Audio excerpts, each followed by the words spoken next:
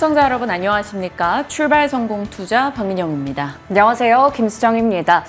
새롭게 시작하는 한 주인데 주말 사이에 좋지 않은 뉴스들이 많았던 것 같습니다. 중동 확전에 대한 우려가 커지면서 또 인플레 우려까지 겹쳐지며 뉴욕 증시 금요일에 3대 지수 1% 내외 하락했습니다. 중동 리스크 고조되다 보니까 금값은 사상 최고치를 찍었고요. 유가가 너무 많이 올라서 이제 $130까지 갈 수 있다라는 전망도 나오고 있습니다. 이런 분위기 속에서 우리 증시를 어떻게 마주해야 될까요? 시장에 대한 고민이 여전히 이어지고 있습니다. 반도체와 AI 이쪽의 질주도 또 계속됐는데 뉴욕장에서는 반도체 종목군들의 하락 소식이 또 추가됐어요. 어떻게 전략을 바꿔가야 될 것인가 같이 고민해 보도록 하겠습니다. 일단 지난 금요일장부터 다시 정리해 보도록 하죠. 총선 이후에 그 내용을 조금 소화해 나가는 과정 속에서 정책 추진력 약화에 대한 우려감, 밸류업 관련 종목들의 하락을 계속 유발하고 있습니다. 금요일도 마찬가지였어요. 전기가스, 보험, 은행 등에서 하락세가 나타났습니다. 그 영향 속에 코스피가 1% 정도 빠지는 모습이 있었고요. 이날 금통위가 있었죠. 10회 연속해서 금리 동결이었습니다. 다만 이창용 총재가 매파적인 발언을 한 점, 그리고 환율의 움직임에 대해서 언급하고 나서 강달러 부담과 같이 맞물렸고요. 원달러 환율이 이날 11원이나 뛰었습니다. 외국인의 현선물 매도가 나왔죠. 그러다 보니까 시장이 경계감을 좀 짙게 드러내기도 했는데, 그래서 선물 매도에서 상대적으로 자유로운 코스닥, 그리고 밸류업 매도에서 자금 좀 분산 효과를 받아가며 이날은 코스닥은 선전했습니다. 0.28% 오르면서 거래를 마쳤죠. 섹터로 들어가 본다면 반도체 쪽이 여전히 괜찮았습니다. 데이터 센터나 HBM 수요가 견고하다라는 점, 삼성전자의 미국 보조금에 대한 기대감이 나오고 있다라는 점에서 반도체 소부장 종목들 강세 흐름 나타냈고요. 이날 가온칩스, 에이징랜드 이런 디자인하우스 종목들도 꽤나 좋은 시세 보였습니다. 자, 전력 쪽은 언제까지 이런 강세를 유지할까요? AI 데이터 센터 수요, 그리고 구리 가격의 상승 등과 맞물려서 이날도 일렉트릭 종목들이 강했습니다. LS일렉 9%, 효성중공업 7% 상승 보여줬죠. 그 밖에는 한중일 정상회의에 대한 기대감 나오면서 화장품과 또 수출 호조에 대한 모멘텀 받아가며 미용기기 쪽 강세였어요. 이날은 대형 종목들도 함께 올라갔습니다. 아모레퍼시픽, LG생건 등 상승이었고요. 조선주도 지속적으로 이야기 나오고 있는데 요즘은 방산에 대한 기대감 조선 섹터가 많이 받아갑니다. 그래서 한화오션과 HD 현대중공업 등이 함정에 대한 기대감 속에 강세 흐름 나타냈고, 바이오나 로봇, AI 소프트웨어도 이날은 올랐죠. 빠진 쪽에서 본다면 밸류업 종목군들, 그리고 2차 전지, 엔터 쪽이 되겠습니다. 자, 계속 밸류업 관련한 이야기가 노이즈로 작용되고 있습니다. 야당이 이제 강하게 밀어붙였던 은행 횡재세법이 재추진될 수 있다라는 우려감, 그로 인해서 은행과 증권 등의 종목들 이날 하락세에 나타나기도 했죠. 그러면 지금부터 남아있는 변수를 뭘 꼽아야 될까요? 어닝 시즌, 시장이 반도체 섹터를 중심으로 올라오고 있는 이익 기대감 충족 여부 지켜봐야 되고요. 4월 말에 있을 이제 PC 물가 중요할 겁니다. 그리고 중동 우려가 어떻게 되는가도 살펴볼 변수로 남아있겠죠. 그런 여러 가지 변수 속에서 고금리, 고환율 이런 움직임이 진행이 되는지 지켜볼 여지가 있겠습니다. 자, 실적 시즌입니다. 이제 막 기업들의 실적이 쏟아질 시기다 보니까 실적 추정에 대한 얘기 등이 많이 나오네요. 여러 가지 매크로에 대한 불확실성도 실적으로 극복하고 갈 수 있을지 주목해야 될 텐데, 한 주 사이의 영업이익 전망 변화율을 보면 컨센 상향된 쪽은 한국과 일본, 대만입니다. 이들 같은 경우는 반도체 비중이 좀 큰 국가들이죠. 반도체 쪽으로 여전히 이익 기대감이 집중돼 있다라는 걸 확인할 수 있고요. 국내 같은 경우는 반도체 섹터 그리고 증권 섹터, 자동차 섹터에 대한 이익이 올라가고 있습니다. 반도체 섹터 내에서 미래에셋에서는 SK하이닉스, 솔브레인, 하나머티리얼즈 등에 집중하자라고 보고 있고요. 거래대금 증가 효과로 증권 쪽에서는 삼성증권, NH투자가 이익 증가 기대된다라고 담겨 있습니다. 자동차 쪽에서는 타이어 쪽으로 압축된 내용이 나오기도 했네요. 자, 한국 업종별로 2024년 영업이익 전망치인데 상위 5로는 반도체, 증권, 자동차, 필수 소비재, 호텔, 레저가 있고요. 하위로는 화학, IT, 가전, 디스플레이, 조선기계, 철강, 비철금속 등이 잡히고 있습니다. 어떻게 바라봐야 될지 여전히 이 컨센 추정을 봤을 때는 여전히 반도체구나라는 것을 확인할 수 있습니다. 그래서겠죠. 물려도 반도체에서 물리자라는 얘기가 연초부터 계속 나왔던 거겠죠. 지난 금요일에 보여드렸던 데이터 센터까지의 길을 봐도 왜 반도체 하는지도 명확합니다. 지금 글로벌 빅테크 업체들은 데이터 센터 투자를 아낌없이 하고 있는 상황이죠. 중동까지 데이터 센터 설립 경쟁에 들어가 있다 이런 말씀을 드렸었는데 그 데이터 센터까지 가는 길을 보시면 반도체를 시장이 외칠 수밖에 없다라는 것을 이해하게 됩니다. D램, 삼성전자, SK하이닉스 등이 생산을 하죠. 이 D램을 쌓는 것이 바로 HBM, 여기도 삼성전자, SK하이닉스, 마이크론 등이 뛰어들어 있습니다. HBM과 GPU가 만나 AI 가속기, 이것이 낸드 플래시와 만나 AI 서버를 만들어내죠. 이 낸드 쪽에서도 삼성전자, SK하이닉스가 들어가 있습니다. AI 서버가 수천 개 모여서 AI 데이터 센터가 되는 것이고요. 그동안 저희는 AI 생태계 내에서 데이터 센터로 생태계 압축해보면 AI 반도체, 전력 쪽을 짚을 수 있다 말씀을 드렸습니다. 이러다 보니 삼성전자, SK하이닉스 계속적으로 시장의 시각, 스토리가 좋게 나올 수밖에 없는 거고요. 추가된 증권사 보고서 내용을 봐도 삼성전자, SK하이닉스 보유자들은 마음이 조금 편해지겠다라는 생각도 들었습니다. 일단 지난 금요일에 나왔던 보고서죠. KB의 반도체 AI 골드러시의 수혜이다. 결국에는 HBM과 DDR 등에 집중되어 있기 때문에 전통 반도체 레거시 제품 생산은 확대될 여지가 없다. 그 말은 공급량이 제한된다라는 것이고 가격은 올라갈 수 있을 것이다. 여러 면에서 가격 상승의 효과를 누릴 수 있기 때문에 반도체 섹터를 봐야 된다라는 것이고요. 엔비디아와 반 엔비디아 진영 간의 경쟁이 치열해지기 때문에 CPU, NPU, GPU 모두 수요가 늘어날 것이다. 그런 맥락에서 보면 전 세계에서 삼성전자는 AI 주식 중에 지금 가장 싸다라고 말합니다. 왜냐하면 엔비디아는 올해 들어 76%, 마이크론 43%, SK하이닉스 32% 올랐는데 삼성전자는 올해 들어 7% 상승에 그쳤다라는 거죠. 여전히 굉장히 싼 매력지 이다라는 겁니다. 그리고 HBM 1위 SK하이닉스, 디자인하우스 1위 가온칩스 등을 주목하자라는 내용이 담겨 있었고요. 주말 사이에 추가된 내용, 하나증권의 보고서입니다. 반도체 역사적 최고가 갱신의 근거라는 내용인데 사실 KB 내용과 거의 다르지 않습니다. HBM 캐파 할당은 일반 D램 캐파를 잠식하기 때문에 일반 D램 가격도 올라가게 된다라는 겁니다. 빅테크가 AI에 올인했기 때문에 그리고 하반기에 온디바이스 AI 등의 모멘텀이 있기 때문에 반도체는 실적이 나올 것이다라는 거고요. 특히나 이 하나증권에서는 SK하이닉스를 탑픽으로 꼽고 있어요. 역대 최대 이익 그리고 역대 최대 시총을 갱신할 것으로 전망합니다. 목표가는 삼성전자 10만 6천 원 냈고요. SK하이닉스는 24만 원까지 올려잡기도 했네요. 반도체 투톱에 대해서 지속 보유를 해야 될 것인지 같이 고민해 보도록 하겠습니다. 결국 지금 시장은 1부터 10까지 모두 AI를 말하는 듯합니다. 테크가 자체 칩 개발을 집중적으로 하고 있고 데이터 센터 AI 투자가 늘어나고 있죠. 최근에 한 3, 4거래일간에 들려온 소식만 해도 이 정도입니다. 애플이 자체 개발 AI 칩 맥 라인업에 다 탑재한다라는 기대감 등장했고 아마존의 클라우드 서비스 생성형 AI 구축, 마이크로소프트가 일본의 데이터 센터를 구축한다. 혹은 델이 AI PC 신제품 8종을 공개한다.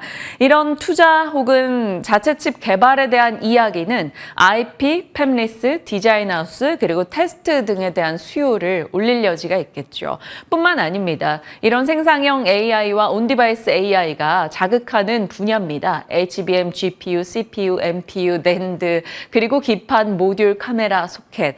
결국 반도체와 IT 전반의 밸류체인을 자극할 수 있는 내용이 나온 거고, 이것은 하드웨어 쪽이죠. 시장에서는 당연히 이런 AI 시장이 발달되면 소프트웨어도 따라온다라고 판단하고 있습니다. 음성 인식이나 영상 처리, 언어 변환에 대한 기술을 가진 업체들 되겠죠. 지금 AI 하드웨어, AI 소프트웨어가 주거니 받거니 하고 있는 상황인데요. 작년 초에 챗 GPT 처음 나왔을 때는 소프트웨어 쪽이 먼저 치고 나가고 그 다음에 엔비디아 GPU 이슈가 부각되면서 GPU, HBM, 온디바이스 AI 이렇게 하드웨어 쪽에 조금 집중됐었습니다. 그러나 시장에서는 소프트웨어에 대한 관심도 계속 둬야 한다라고 얘기하는데요. 5월에 이제 구글과 마이크로소프트의 굵직한 이제 AI 관련한 공개 일정이 있습니다. 그래서 모두 다 시장에서는 AI 소프트웨어도 체크를 해보자라며 삼성증권은 삼성 SES에 대한 긍정의 의견을 내기도 했는데요. 지난 금요일에는 마이크로소프트가 이 행사에서 자사의 모든 제품에 AI 기능을 탑재할 것으로 전망된다라는 내용의 SP소프트가 상한가에 들어가기도 했습니다. 시장에선 하드웨어 외에도 소프트웨어도 지속 관심을 두고 있다는 점 우리도 같이 체크해 나가도록 하죠. 결국 AI 쪽에서는 돌고 있습니다. HBM, IP 팹리스, 디자인하우스, 유리기판, 테스트, MLCC, 카메라 부품, AI 소프트웨어 등등으로 분야를 나눠볼 수 있는데 그동안은 사실 이런 쪽에 좀 더 집중이 돼 있었죠. 그리고 지난 금요일까지도 디자인하우스 계속 좋았고요. 시장에서 어김없이 한 번씩 얘기하는 것은 테스트 쪽이기도 한데 오늘은 이쪽으로도 좀 초점을 맞춰보고자 합니다. AI 소프트웨어 쪽이요. 앞서도 말씀드렸으나 결국 하드웨어 외에 소프트웨어도 가야지만 이 시장이 더 다양화되고 대중화될 여지가 있습니다. 소프트웨어가 탑재돼서 나오는 새로운 어플리케이션 등이 우리 일상에 좀 더 쉽게 다가오기 때문이죠. 그래서 소프트웨어에 대한 얘기도 잠시 후에 좀 다뤄가도록 하겠습니다. 다만 이렇게 AI 내에서 돌고 도는데 분명히 매력적인 건 아는데 투자를 하려면 각오가 필요합니다. 물론 보유자분들은 예외겠죠. 앞서 말씀드렸던 AI 생태계의 대표 주자들 한번 살펴보시죠. 이제는 전력도 AI 생태계의 대표 주자겠죠. LGD 현대엘렉트릭 2022년도부터 상승률을 봤더니 1080%입니다. 올해 상승률만 따로 계산해도 185%이고요. 다만 이들 종목은 언제든지 차익 실현에 순위에 올라갈 여지가 있겠죠. 지난 금요일장 보시면 HD현대엘렉이 14% 급등했다가 윗꼬리가 달리면서 1% 상승으로 거래를 마쳤습니다. 한마디로 변동성이 조금 크게 나올 수 있는 구간이라는 것도 각오를 해야 된다라는 거죠. 가온칩스 한번 볼까요? 디자인하우스 대표 주자입니다. 작년도부터 상승률 676%이고요. 올해 상승률 92%. 당연히 이 종목도 언제든 변동이 나와도 이상하지 않습니다. 한미반도체 작년부터 상승률 1165%, 올해 상승률 135%입니다. 한마디로 시장에 만약 노이즈가 발생한다던가 AI 스토리가 살짝 균열이 생긴다던가 할 경우 수급 이탈 계기가 발생할 때 차익 실현 1순위가 될 수 있다는 점을 염두에 두고 대응하자라는 거죠.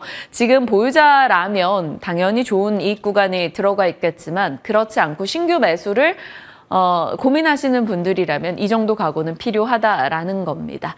자, 그러면 AI 생태계 내에서 이런 대장 말고 지금 좀 덜 간 쪽을 보고 싶어 하시는 분들은 부품 쪽도 한번 체크가 필요할 것 같습니다. IT 부품은 사실 긴 불황을 겪고 나서 이제 1분기면 계절적 비수기를 마주했던 거겠죠. 그래서 1분기까지는 사실 실적 기대감이 높지 않습니다. 그런데 2분기 이후부터는 실적이 개선될 것이라는 전망이 나오고 있어요. 거기다가 6월에 있을 애플 세계 개발자 회의도 있고요. 갤럭시 S24 판매 호조 모멘텀도 있죠. 온디바이스 AI 등이 자극된다라는 겁니다. 그러면 IT 부품 IT, AI 생태계 내에서 좀 덜 간 쪽으로 봤을 때는 삼성전기, LG이노텍, MC넥스 등을 꼽아볼 수가 있겠습니다. 이들도 최근에는 조금씩 바닥을 지키고 조금씩 올라오려는 분위기가 형성되고 있는데요. 삼성전기는 유리기판 이슈로 좀 더 관심을 받긴 했습니다만 이들 IT 부품 쪽도 못 간 쪽에서 한번 하나의 선택지로 둬야 되는지 고민이 필요해 보입니다. 지난주 마지막 거래일이었던 뉴욕장 3대 지수 모두 1% 이상 큰 폭으로 밀려났습니다. 이날은 지정학적 리스크 영향이 좀 컸죠. 월스트리트 저널에서 이란이 이스라엘 공격 가능할 것이다 라는 보도가 나오면서 안전자산으로 자금이 집중됐어요. 금 가격 올라가고 달러가 뛰고 채권 쪽이 올라갔습니다. 그러면서 변동성 지수이자 공포 지수인 빅스 지수가 16%나 뛰기도 했습니다. 중동 우려 확산으로 인해서 전 업종이 하락하는 흐름이 나왔고요. 거기다가 물가와 경기 우려까지 더해졌죠. 1년 기대 인플레 수치가 예상보다 높게 나왔다라는 점, 그리고 4월 미시건대 소비자 심리 지수도 예상을 하회했습니다. 물가와 경기 우려까지 악재로 시장은 받아들이면서 3대 지수 모두 내려갔네요. 그 밖에는 지난주 마지막 거래일에 이제 금융주들의 실적 발표가 시작이 됐죠. JP모건 체이스 등을 필두로 해서 하나둘씩 실적을 내놨는데 이익은 나름 괜찮았는데 앞으로 가이던스에 대한 보수적 전망 등이 나오면서 금융주도 시장 하락에 한몫을 했습니다. JP모건 체이스가 6% 이상 빠지기도 했고요. 필라델피아 반도체 지수가 이날 3% 이상 밀렸습니다. 중국 자국의 통신사 업체들에게 해외 CPU 퇴출을 단계적으로 하라라는 지시가 있었다라는 거죠. 한마디로 미국 반도체 섹터에 대한 상당한 부담의 내용이 될 수 있습니다. 그래서 인텔 등 크게 밀리면서 이날 필라델피아 반도체 지수가 3% 이상이나 빠졌죠. 그런 가운데 굳건했던 게 바로 애플입니다. JP모건에서 AI 폰에 대한 기대가 매수를 자극한다. 그리고 규제, 경쟁 등의 우려가 있긴 했는데 이미 주가에 반영됐다라고 분석 보고서를 냈습니다. 그 덕에 이렇게 모두 하락의 기운이 우세했던 가운데 애플만 소폭 상승으로 0.8% 올랐네요. 드디어 이제 애플 걱정은 좀 그만해도 되는 것인지 좀 지켜볼 여지가 있겠습니다. 이날 하락의 콜라보는 반도체 지수의 급락, 고금리 부담에 이제 소형주까지 같이 내려갔고요. 금융주 단의 보수적 전망으로 인해서 JP모건을 필두로 한 금융주의 하락 등이 영향을 주기도 했습니다. 결국 뉴욕장에서도 차익 실현의 순간이 오면 여지없이 많이 올랐던 AI 쪽에서 먼저 던지는 것은 아닐까라는 생각이 들기도 했습니다. 주말에 중동 상황 업데이트된 내용입니다. 오늘 아침까지요. 이란이 12일 만에 결국 이스라엘에 대한 보복을 감행했죠. 드론과 미사일을 쐈었고 미국 등이 이란 드론을 격추하면서 이스라엘 방어 지원에 나섰습니다. 이란 측에서는 보복 이걸로 일단 마무리 지을게. 그런데 다른 실수를 범하면 우리 대응 심각하게 할 거야 라고 목소리는 내긴 했습니다. 이스라엘군은 이란 공습이 끝난 것 같다라며 대피 명령을 해제했고요. 이란 측에서는 확전을 원하진 않는데 이스라엘 너희가 보복하면 더 강력하게 하겠다라고 한 상황에서 일요일경에 이스라엘의 네타냐후가 우리를 해치는 자는 누구든 해치겠다라고 해서 좀 긴장 상황이 고조되긴 했습니다. 그런데 오늘 아침에 본 언론 보도상으로는 뉴욕타임즈 네타냐후가 바이든과 통화 후에 이란에 대한 보복 계획을 철회했다라는 소식이 들려왔습니다. 여기까지만 봤을 때는 일단 중동 리스크 확산에 대한 우려감은 살짝 진정되는 듯한데 지정학적 리스크는 뭐 하루 다르고 몇 시간 사이에도 다른 뉴스가 나오고 있기 때문에 계속해서 좀 지켜보시길 바랍니다. 자, 박앵커의 연결고리입니다. 앞서 살펴봤던 이제 중국 측에서 미국산 서버용 반도체 퇴출 지시가 나온 점, 그러면 우리가 중국과 좀 더 친한 기업들이 반사 이익을 볼 수 있다라는 논리로 봤을 때 칩셋미디어, 서플러스 글로벌, 피델릭스 등의 종목들은 트레이딩 관점으로 일단 관련 종목 정리해뒀습니다. 그리고 요즘 구리, 산업용 금속에 대한 얘기들이 계속 나오고 있죠. 중국의 수요가 늘어나고 있는데 러시아산 구리나 알루미늄, 니켈에 대해 영국과 미국 등이 수입 금지를 내리기도 했습니다. 그리고 요즘 인플레이션 해지 수단으로 원자재 많이들 관심을 두고 있다라고 하네요. 그러면 일전에 골드만삭스가 구리 공급 차질에 대한 얘기를 하면서 계속 구리 수요가 많을 것이라고 지적한 점을 봤을 때 구리 관련주들 여전히 관심권역에 둬야 될지 궁금합니다. 요즘은 구리 관련주로 당연히 전선주가 같이 들어가고 있기 때문에 이들 종목들 체크해 두시죠. 지난 금요일에 시간 외에서도 강세 흐름 나타내기도 했습니다. 그리고 앞서 AI 소프트웨어 쪽 언급을 드렸었는데 우리 오픈 AI 소라가 나오고 나서 업계는 비상에 걸렸다. 그래서 어도비나 틱톡 등에서도 동영상 AI 시장에 참전하고 있다라는 뉴스 등이 들려왔습니다.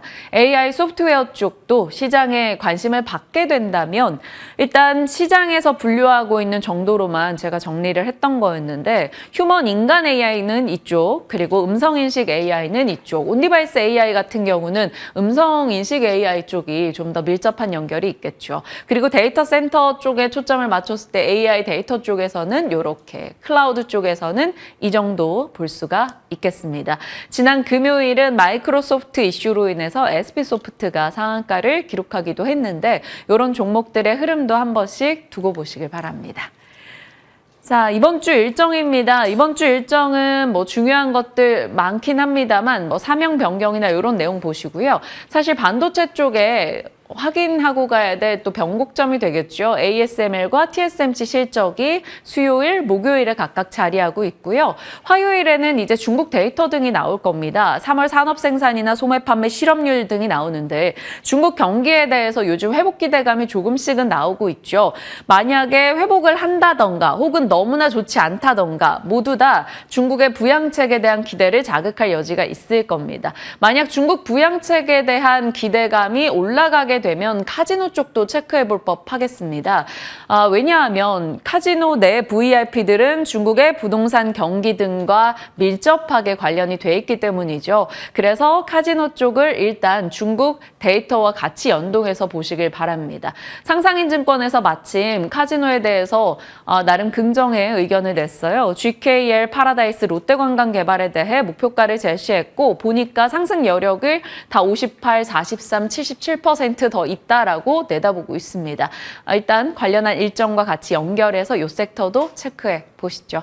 자, 이렇게 시장의 이슈들 점검해 봤고요. 섹터 뉴스 들어가겠습니다. 오늘 어느 쪽 잡으셨나요? 네, 지난 금요일에 조선과 조선기자재 강하게 올라갔습니다. 조선주를 정말 여러 차례 다뤄드렸던 만큼 이번에 한 번 더 주목해보자라는 관점에서 준비해봤습니다.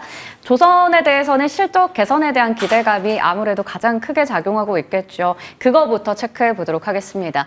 국내 대형 조선사들 13년 만에 동반 흑자가 전망되고 있는 상황입니다. 지난해 같은 경우 선박의 발주 증가에도 불구하고 원자재 값부터 해서 인건비, 외주비 같은 원가가 인상되면서 실적의 개선폭이 상당히 제한적이었습니다. 하지만 고가 선박 수주가 지속되면서 수익성 개선에 대한 기대감도 있고요. 올해는 뭐니 해도 실적 개선에도 속도가 붙을 것으로 전망되고 있습니다. 교보증권에서는 2020년에 수주했던 고선가 물량들의 매출은 올해부터 본격적으로 받아들여질 것이고 내년까지 수익성 개선 효과가 지속될 거다라고 전망하고 있습니다. 1분기 영업이익 컨센서스 보시는 것처럼 HD현대중공업과 HD한국조선해양, 한화오션 전년 동기 대비해서 흑자 전환에 대한 기대감 가져가고 있고요. 삼성중공업은 무려 전년 동기 대비해서 4배나 늘어나는 수준 기록할 것으로 예상되고 있습니다. HD한국조선해양이 특히나 좀 대단하더라고요. 4월 9일에는 유럽 소재 선사와 함께 초대형 암모니아 운반선이죠. VLAC 내척 건조 계약을 맺기도 했습니다. 올해 벌써 총 86척의 수주 소식을 전했습니다. 연간 목표치에 무려 73% 기록했다라고 볼 수 있겠죠. 1분기밖에 안 지났는데요. 삼성중공업도 연간 목표치에 38% 달성했고 한화오션 같은 경우에도 총 12척 23억 달러 정도의 수주 소식을 이어가고 있습니다. 이렇게 수주에 대한 낭보가 최근에 계속해서 이어지고 있는 상황이기도 하죠. 다음 페이지 넘겨보도록 하겠습니다. 전 세계에 울려 퍼지고 있는 K조선의 백고동 소리입니다. 4월 9일의 현지 시간으로 미국의 이 해군성 장관이 국내 조선 산업에 대해서 굉장히 대단하다 이러한 이야기를 했습니다. 경쟁력이 놀랍다라는 건데요. 선박이 언제 인도될지 그 날짜까지 알려줄 수 있다는 건 그만큼 자신감이 있다라고 볼 수가 있겠죠. 4월 9일에 HD 현대중공업 같은 경우에는 이런 또 소식도 전해졌습니다. 글로벌 터빈 기업과 함께 수출 함정에 최적화되어 있는 추진체계 개발 위해서 MOU 맺었다라고 하는데요. 각각 세계적인 수준의 함정을 설계 건조할 것으로 또 함정 추진을 위한 가스터빈 공급할 것이다. 이런 방산 관련된 모멘텀까지 추가가 되기도 했습니다. 다음 페이지로 넘겨보도록 하겠습니다. 3월에 국내 조선업을 좀 봐야 된다라는 말씀을 무려 3차례나 전해드렸더라고요. 3월 4일, 12일, 26일 브리핑이었습니다. 상승 사이클에 딱 들어섰다라는 건데 조선 빅3가 안정적인 수구 잔고를 좀 잘 쌓아가고 있고 신조선가와 중고선가 상승 랠리 나타내고 있습니다. 국내 주요 조선사들 흑자 전환에 대한 기대감이 있고요. 2025년까지 계단식으로 수익성이 쌓아질 것이다라는 기대감도 있었습니다. 미중 갈등 반사 이익에 대한 기대감도 이제 잠깐 작용하기도 했었고 일본 쪽에서 마이너스 금리 정책 해제하면서 거기에 따른 수혜 기대감도 가져가는 상황이었습니다. 그러니까 3월 들어서 좀 좋은 모습을 나타냈었는데 다음 페이지 넘겨보시면 분위기가 또 달라진 걸 확인할 수 있습니다. 3월 고점 대비해서 원래도 약간 눌려있는 상황이었어요. 그런데 3월 27일에 미국 볼티모어 선박 사고 소식 나오면서 좀 더 주가의 흐름은 꺾였습니다. 충돌 사고 원인이 선박의 동력 계통의 이상으로 지목이 됐었는데 하필 또 그 사고 선박을 HD 현대중공업이 건조를 해서 2015년에 인도했다고 하죠. 근데 워낙에 2015년이면 과거입니다. 시장의 우려가 과도했고 사실 보증기간 한참 지났고 최근에 좀 무리한 운항이 있었다라고 이야기를 하기도 했죠. 증권가에서는. 그랬던 탓인지 일단은 고점 대비해서 4월 11일까지 목요일까지 주가는 10% 넘게 눌려 있었는데 금요일장에서 다시 일제히 반등하는 모습 나타났습니다. 우선은 여전히 수주와 실적에 집중하면서 주가는 반응했다라고 볼 수 있을 것 같고요. 기자재도 마찬가지로 좋았습니다. 네, 다음 페이지 보겠습니다. K조선을 그렇다면 계속해서 우리가 봐야 하는 이유 차고 넘친다라고 좀 해석할 수 있을 것 같은데요.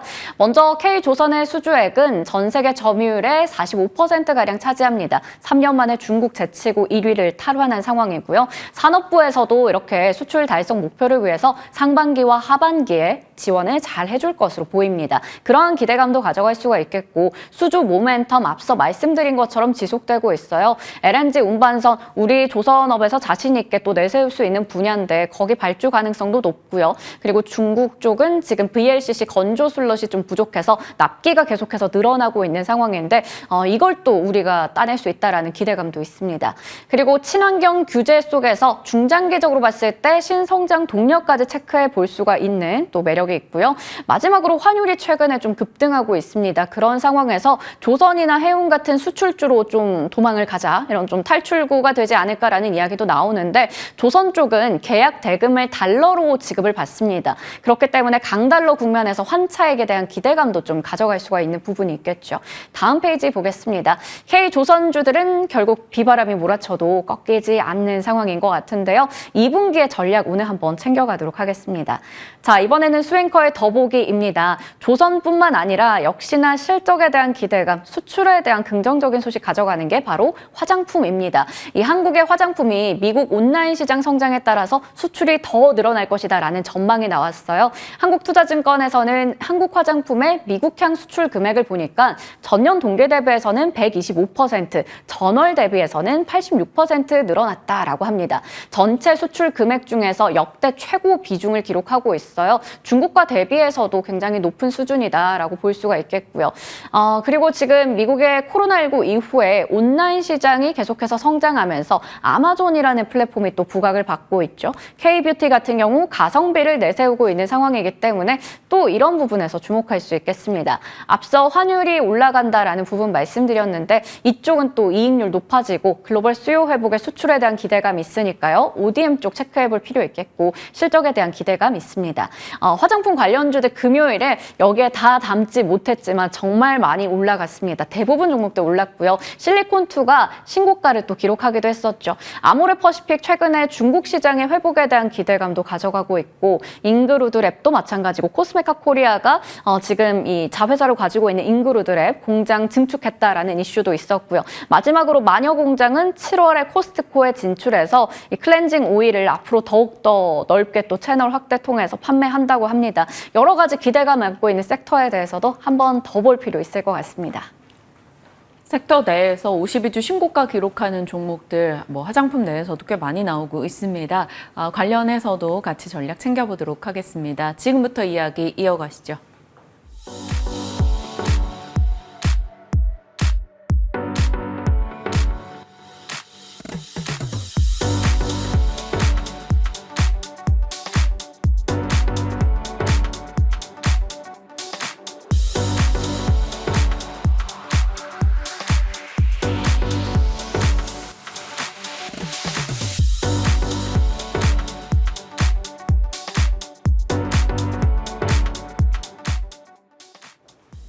앞서 다뤄본 내용들 그리고 시장의 방향에 대해서 오늘은 길건우 대표님과 같이 고민해 보겠습니다. 대표님 어서 오세요. 안녕하십니까. 네. 오랜만에 이 자리에서 또 인사를 드리는데 시장 어떻게 보고 계시는지 궁금합니다. 결국 죽어도 반도체에서 죽어라 라는 말이 생각이 날 만큼 정말 올해는 반도체 쪽이 계속 그래도 살아있는 것 같은데 이런 흐름이 계속 되리라 보십니까? 계속 될 수밖에 없는 게 최근 들어서 사실은 이제 반도체에서 죽어라, 죽더라도 죽어라라고 얘기하는 것 자체가 그쪽에서 계속 이슈도 나오죠. 네. 실적도 나와요. 그다음에 이제 전통적인 소부장 얘기들도 이제 최근 들어서 또 나오기 시작하잖아요. 그러니까 레거시도 살아나기 시작한다라고 하면은 반도체에서 사실은 악재는 아직 없다라고 생각을 하신다라고 하면 사실은 근데 섹터가 과거에 비해서는 너무 세분화되기는 했어요. 네. 그래서 예전처럼 반도체가 좀 쉽게 투자하기는 않을 거예요. 네. 그래서 이제 공부를 더 많이 하기는 해야 되겠지만 반대로 생각을 해보면 먹거리가 많으니까 이 안에서만 충분히 놀아도 가능하다. 라는 관점으로 보신다라고 하면 괜찮을 것 같고요. 네. 삼성전자 이제 5일에 원래 실적 발표, 잠정 실적 발표 했었죠. 수치 보시면 아시겠지만 대장이 이제 살아나기 시작한다라는 거, 전통적인 레거시가 살아나기 시작한다라는 걸 본다라고 하면 꾸준하게 2분기, 3분기에도 보셔야 되지 않을까 싶습니다. 네. 여전히 반도체에 대해서는 일단 관심을 갖고 대응을 해보자라는 의견이고 전체적인 시장으로 가보겠습니다. 지금 반도체 외의 선택지들도 사실 여럿이 있었는데 밸류업은 총선 이후에는 확실히 이쪽이 약화되는 느낌이 있고요. 2차 전지도 아직 회복을 못 해주고 있고 바이오는 강했다가 몇몇 대장주의 노이즈와 함께 흔들렸는데 또 고금리 유지된다라고 하니까요. 이런 것들 섹터 흐름을 놓고 봤을 때 시장 전략을 어떻게 짜야 될까요? 우선은 총선 결과부터 한번 본다라고 하면 이제 야당이 너무 압승을 했죠. 그러다 보니까 기존 여당이 정책으로 했었던 기업 밸류업 프로그램, 그다음에 금투세 폐지. 근데 이거는 조금 다르게 움직일 거는 같아요. 금투세 폐지 같은 경우에는 야당이 계속 얘기했었거든요. 우리는 반대한다. 그래서 아마 그대로 진행이 될 것 같은데 그래봤자 내년입니다. 그렇다고 하면 시간은 아직 많이 남았잖아요. 그래서 이거는 조금 빼두시는 게 좋을 것 같고 그다음에 이제 기업 밸류 프로그램을 저희가 봐야 되는데 이게 정말 악재일까를 본다라고 하면 단기적으로는 악재일 거는 맞습니다. 하지만 중기적으로 본다라고 하면 악재는 아닐 것 같아요. 이유인 즉슨 야당 쪽에서도 원래 얘기가 나왔던 것 자체가 우리도 소액 주주 관련된 것들은 찬성한다라는 얘기가 나왔는데 기업 밸류 프로그램을 자세히 보시면은 어찌됐건 대주주가 아니라 일반 주주들을 대상한 정책들이 굉장히 많거든요. 그렇다라고 하면 아마 5월 달에 원래 이제 예상이 되어 있었는데 발표할 때쯤을 또 전후로 해서는 분명히 시장에서 움직일 수 있어요. 그렇다라고 하면 최근에 빠진 거는 너무 과도하게 빠진 게 분명히 있다라는 관점으로 보시면서 근데 여기 이제 실적 시즌이 겹쳤잖아요. 이 안에서도 다 잘 가지는 않을 거예요. 우선은 실적이 괜찮아야 줄 돈이 많아지고 줄 돈이 많아져야 제가 받을 게 많잖아요. 그래서 이 안에서 조금만 가려보신다라고 하면 좀 저가 매수에 대한 메리트도 있지 않을까라고 보고 있고 그다음에 최근에 이제 코스닥이 조금 많이 빠졌습니다. 많이 빠졌던 가장 큰 이유를 들어보자라고 하면 앞에서 얘기하셨던 두 가지가 다 있습니다. 2차 전지가 너무 못 갔다라는 거. 근데 이제 이건 조금 살아나는 데 시간은 걸릴 것 같아요. 테슬라 실적 발표가 이제 얼마 남지는 않았습니다. 근데 실적 발표 관련해서 좋은 뉴스는 나오는 게 단일도 없습니다. 네, 수요 안 살아나고 있고요. 뭐 로보택시 얘기가 나오고는 있지만 8월, 9월로 또 밀렸고요. 네. 그렇다라고 하면 2차 전지는 아직은 그래도 조금 더 쉬어가야 되는 구간이다라고 생각을 하시는 게 맞을 것 같고 바이오 관련해서는 이제 노이즈도 있지만 전반적으로 보면 저는 금리가 떨어지는 시기가 자꾸 뒤로 밀린다라는 네. 게 저는 가장 큰 것 같아요. 왜냐하면 지금 6월 달에 이제 물 건너간 것 같고 뭐 7월 달 얘기 또 나오고는 있지만 이것도 아직도 미지수거든요. 그렇다라고 하면 아마 시장의 방향성은 어찌됐건 FOMC가 한 4월, 5월 걸 꾸준히 한번 체크를 해봐야 그다음 방향성이 나온다라고 관점을 본다라고 하면 성장주 가는 시기가 조금 딜레이될 수 있지 않을까라는 관점으로 좀 기다려야 되지 않을까. 네. 네. 2차 전지는 좀 더 시간이 필요하고 네. 밸류업 같은 경우도 단기적으로는 좀 흔들림이 있겠으나 그래도 중장기 관점에서는 지켜볼 여지가 있다. 바이오 쪽도 금리 이슈로 인해서 조금씩 시기가 지연되고 있다라는 점에서는 지켜볼 내용이 있습니다. 여러 가지 섹터를 감안한 시장 전략들 참고해 봤고요. 이제 좀 세세하게 다른 섹터로 넘어가 보도록 할게요. 앞서 수정 앵커 조선 섹터 브리핑해 줬습니다만 신조선가 상승세 계속되고 있고요. 중고선가도 그렇습니다. 그리고 조선 섹터 수주 소식도 쭉 나오죠. 또 요즘에는 방산, 함정에 대한 모멘텀 네. 받아가면서 하나오션 이런 종목들 괜찮은데 조선주 어떻게 보세요? 조선주를 볼 때 사실은 저희가 항상 수주만 조금 보시는 경향이 있는데 수주는 매출 인식되는 데 시간이 조금 걸려요. 그러면 이제 조선은 3박자가 맞아야 된다라는 말을 하는데 첫 번째는 실적이 괜찮아야 됩니다. 근데 지금 실적은 사실은 2년 전에 매출이 수주 받은 게 이제 매출로 인식이 되는 시기라고 생각을 하면 되는데 우리가 2년 전부터 뉴스 플로우를 딱 2년 전으로 돌려보시면 조선에서 제일 많이 나왔던 게 LNG 수주 우리가 다 했다. 근데 이게 그 해로 끝나지 않고 3년 연속 LNG 수주는요, 우리나라가 다 있습니다. 그러면 앞으로 내년까지는 LNG에 대한 수주를 했던 게 매출이 인식이 될 거고 이게 실적이 나쁘지 않을 거다. 네. 삼성중공업은 전년 동기 대비해서 더 늘었고요. 다른 기업들도 조선 나머지 3사도 보시면 아시겠지만 다 흑자 전환이거든요.